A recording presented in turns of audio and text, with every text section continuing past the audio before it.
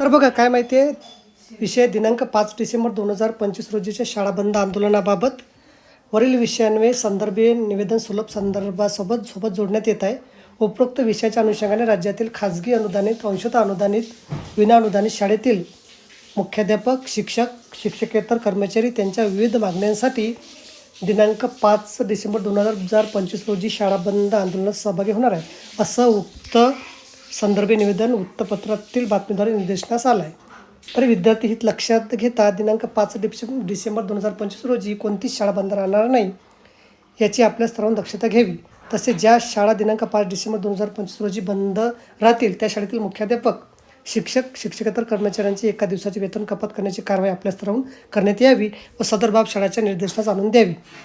तर बघा, अशा प्रकारे अत्यंत महत्त्वाची माहिती आणि मोठा निर्णय झालेला आपल्याला समजला असेल. व्हिडिओसुद्धा आवडला असेल तर लाईक करा, शेअर करायला विसरू नका. धन्यवाद.